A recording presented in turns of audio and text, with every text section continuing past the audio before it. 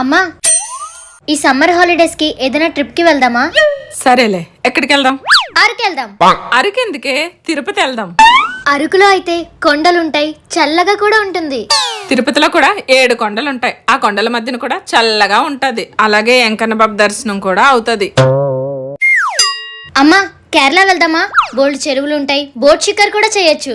అలా అయితే భద్రాచలమే వెళ్దాం. పెద్ద నది ఉంటది, బోట్ షికార్ ఉంటది, ఆ సీతారాముల దర్శనం కూడా అవుతది. అమ్మా, కొడైకెనాల్ వెళ్దాం. గునా కేవ్స్, అదే మంజుమల్ బాయ్స్.